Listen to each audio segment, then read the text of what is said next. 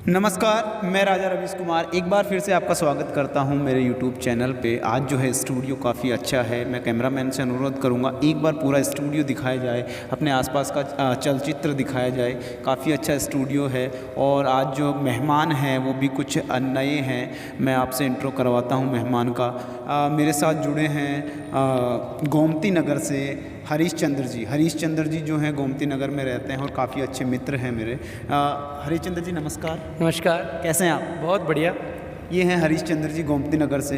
हरीश चंद्र जी से आज एक विशेष मुद्दे पे बातचीत होगी शादीशुदा जीवन पे। शादीशुदा जीवन एक संसार का एक अलग पहलू है, एक जीवन का नया मुद्दा है जिस पे इंसान आगे बढ़ता है। तो इस पे बातचीत होगी क्योंकि एक बड़ी समस्या रहती है जो आगामी जीवन होता है उसके लिए, और कहीं ना कहीं हर एक इंसान उसको फेस करता है। तो कुछ सवाल मैं जवाब करूँगा हरीश चंद्र जी से।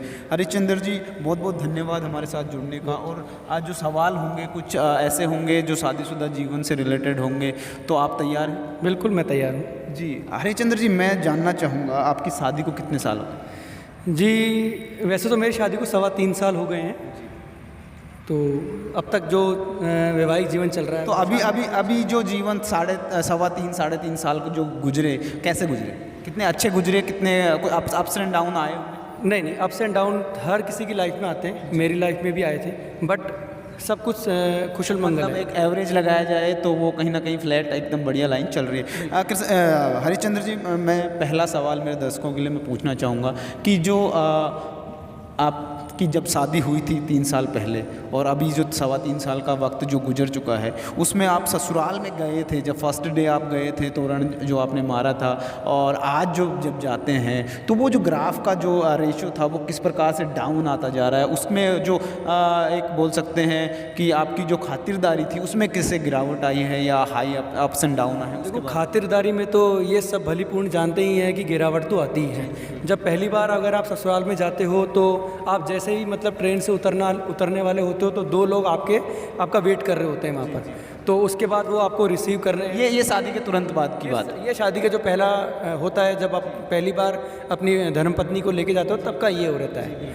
उसके बाद कैसे गिरावट आती है? मतलब गिरावट अगर यदि अपन व्यंजनों की बात करें वहाँ पहुँचने के बाद, तो आप जैसे ही घर पहुँचेंगे वहाँ आपके गेट खुल जाएंगे और आपकी साली है जो आपके मतलब पुष्प वर्षा करेगी आपके ऊपर जब आप पहली बार जाएंगे। कहीं ना कहीं एक अच्छी तरह से स्वागत होता है आपका। और जो संख्या जो स्टेशन पे पहुंचने वालों की, उनमें भी गिरावट आती है? नहीं, उनमें पहले जो ये था कि पहले लोग पहले पहुंच जाते हैं, अब वो बाद में पहुंचते हैं। और अगर कंडीशन नहीं हो तो आपको भी मतलब कोशिश करके उनके घर पहुंचना पड़ता है, क्योंकि अब 3 साल हो चुके तो आप भी घर जानते हो। तो जो हरीश चंद्र जी फिर तो ये 3 साल जैसे जैसे टाइम का ग्राफ ऊपर जाएगा तो ये खातिरदारी का ग्राफ तो बहुत नीचे आ जाएगा। अब तक तो मतलब कह सकते हैं कि जो जा रहा है, जैसे अगर मैं स्टार्टिंग की बात करूं तो 15 व्यंजन तैयार होते थे अगर मैं खाना खाने के लिए बैठूं, और जब मैं शौच या वहाँ जाऊं नहाने तो आगे से एक तौलिया तैयार रहता था, साली जी या मेरा साला तैयार रहता था, तो उसमें एक गिरावट रहती है। और दूसरी बात अगर अपन करें तो व्यंजनों की अगर बात करें तो व्यंजन जैसे 15 प्रकार के व्यंजन हुआ करते थे, उसमें भारी गिरावट आती रहती है। बिल्कुल। तो हरीश चंद्र जी का कहना है कि जैसे जैसे समय का ग्राफ ऊपर जा रहा है, खातिरदारी का ग्राफ जो है नीचे आ रहा है। हरीश चंद्र जी अगले सवाल की तरफ बढ़ते हैं। सवाल ये है कि जो आपकी जो वाइफ हैं, जो आपकी हमसाथी हैं, आपकी जीवन का एक पहिया है जिनको आप बोल सकते हैं, कि उनको और आप कैसे मैनेज करते हैं? दोस्त जो होते हैं, आप भी हमारे दोस्त हैं, प्रायोरिटी पे आप रहते हैं, तो उन दोनों को कैसे मैनेज करते हैं? उनमें भी एक ग्राफ होता है, उनमें एवरेज कैसे सेट करते हैं? आपकी जो एक बचपन के दोस्त होते हैं तो उनको, और अपनी जो धर्मपत्नी है जो आपके साथ रहने वाली है, वो आपके लिए इक्वली इम्पोर्टेंट होते हैं। जैसे अगर दोस्त बिना कहते हैं ना कुछ पॉसिबल नहीं है, आप कुछ भी नहीं कर सकते। एक सलाह देने वाला, एक मतलब राय देने वाला, सब में एक दोस्त आगे रहता है। वो उसको एक आप मतलब नहीं दिखने वाला एक पहिया कह सकते हैं जीवन का। तो उसको कैसे संभालते, दोनों पहियों को कैसे? देखो, यदि मान लो दोस्त बैठ गए कि भाई आज तो अपन नाश्ता करके जाएंगे बाहर से, तो अब दोस्तों की बात रखनी है, तो हम क्या करते हैं उस सिलसिले में, भाई खा लिया, एंजॉय कर लिया दोस्तों के साथ, तो पेट तो वहीं भर जाता है। तो घर जाके क्या करते हैं, थोड़ा सा छोटा मुंह बनाते हैं। उसके बाद भाई ऐसा कर, यार आज मेरा पेट कुछ सही नहीं है, तो मेरे लिए एक शिकंजी बना के लिया। बिल्कुल, शिकंजी से मतलब शिकंजी से कि पेट में कहीं ना कहीं दिक्कत है। कहीं ना कहीं दिक्कत रहती है, तो इससे क्या है मतलब वो एक आभास हो जाता है उनको कि भाई मेरे जो तबीयत जो है डाउन है। तबीयत डाउन है। तो ऐसे में दोनों पहिए चल रहे हैं। तो बहुत अच्छा उनका मन रखने के लिए मैं कह देता हूँ कि यार एक चपाती मैं खा लूँ, खा लूँगा। मतलब आपके लिए खा लूँ। हाँ, आपके लिए, आपके साथ में। मतलब तबीयत सही नहीं है लेकिन उसके बावजूद भी मैं खा लूँगा। तो इससे है दोनों का मन लगा रहता है, दोनों पहिए साथ रहते हैं, क्योंकि दोस्त भी बहुत ज़रूरी हैं और जो हम साथी हैं वो तो ज़रूरी हैं ही। हरिश्चंद्र जी, अगला सवाल मतलब यह है, उज्जैन से मेरे दर्शक हैं जो देखते हैं, काफ़ी दिनों से हमारे साथ जुड़े हुए हैं, उनका अगला सवाल है कि जो आप देखते हैं कि पारिवारिक आप संयुक्त परिवार में रहते हैं, एकल परिवार में? मैं संयुक्त परिवार में। तो संयुक्त परिवार में आप देखते हैं कि कुछ इश्यू ऐसे आते हैं जहां माता कुछ और बोलती हैं, पिताजी कुछ और बोलते हैं, और जो आपका जो अहम पहिया है, जो हम साथी हैं, वो कुछ और बोलते हैं, तो उसे कैसे संभालते? देखो, उस सिलसिले में आपको कन्विंस और समझाना किसी को भी नहीं है। मतलब आपको जो मन से सही लगे ना, आपको वो करना है। मैं तो यही अपने दर्शकों से यही कहूँगा, यदि आपके हम साथी है, आपको एक बार बोल देना है कि ये तो गलत है, फिर आप उसको समझा सकते हैं ये चीज़ को।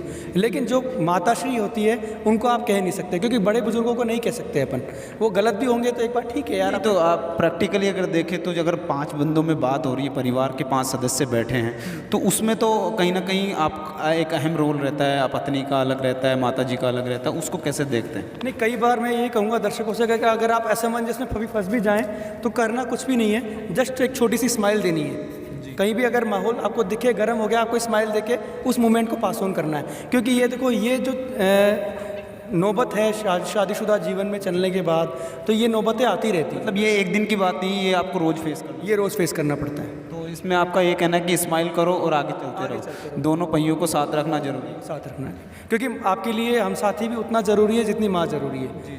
ठीक है जी, बिल्कुल बिल्कुल, बहुत बहुत धन्यवाद आपका। और हरिश्चंद्र जी, अगले सवाल जो अंतिम सवाल जो अपना है, कैसे देखते हैं अभी जो ये टाइम जो चेंज हुआ है, इसमें हम साथी कितना ज़रूरी है?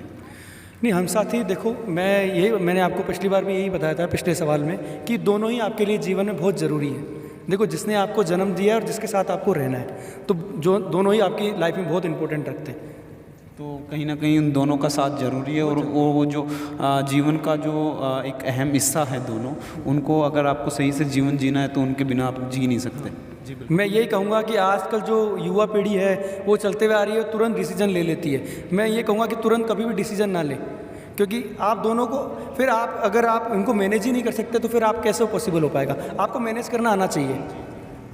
तो वो एक दिन का किस्सा नहीं है, वो रोज़ का किस्सा है, इसलिए स्माइल करें और पास ऑन करें और चीज़ों को इग्नोर करना सीखें। जी बिल्कुल।